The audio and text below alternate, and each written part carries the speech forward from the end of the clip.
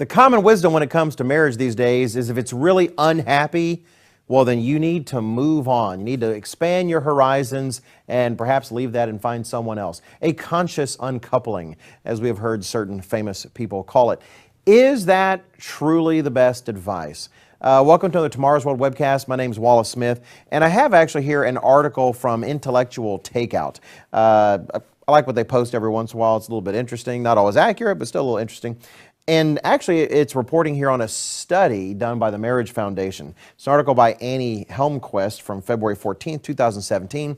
Here's the title: Study: Unhappy New Marriages Usually Turn into Happy Ones. Now, the title actually there summarizes things a little bit too succinctly. It was a study done in particular concerning new parents, that is, parents with young children where they've just had children. Let me go ahead and read from the article. It says, a new study from the Marriage Foundation suggests that unhappiness is not necessarily a sign that couples should split and move on to other experiences and partners.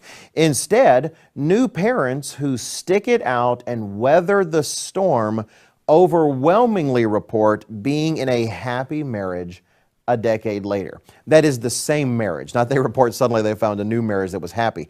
They actually quote from the report in the article. Here's the quote.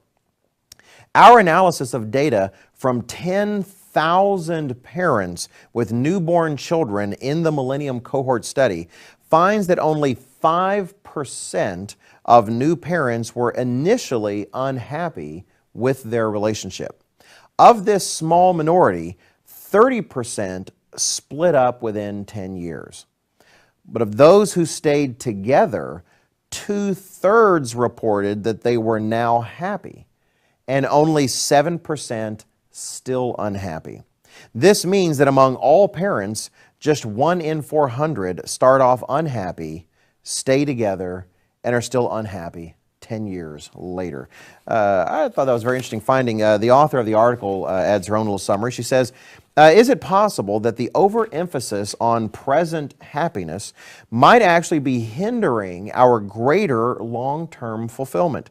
Would many troubled couples actually find the happy marriage they are longing for if they were willing to weather the storm instead of simply jumping ship, as the study seems to imply?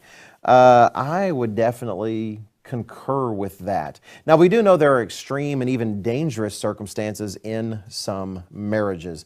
It's a terrible world out there. There's even dangerous marriages for people where there's abuse going on and people at great risk. But just speaking as a general rule of thumb, a general application, you know, marriage is meant for life. It really is. The Bible gives very narrow reasons for divorce, whereas our world seems to focus on personal happiness.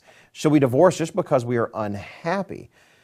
Who understands human flourishing and how humans can flourish more than God Almighty, our Creator? Nobody does. Jesus Christ spoke in Matthew chapter 19 and verse 6 and says the same thing elsewhere concerning marriage. What God has joined together, let not man separate. Our society has lost sight of the fact that marriage is a divine institution.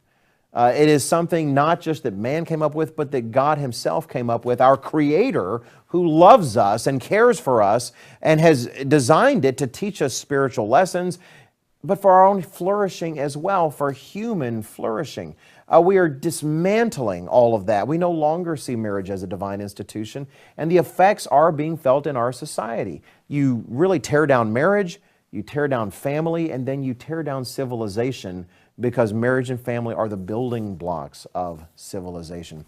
I'm glad there's a study like this encouraging people to reconsider just dropping a marriage that is unhappy and to consider sticking with it, to sticking it out, to looking to save something as opposed to discarding it like yesterday's news. Let me challenge you. If you want to change the world, consider changing your point of view on marriage.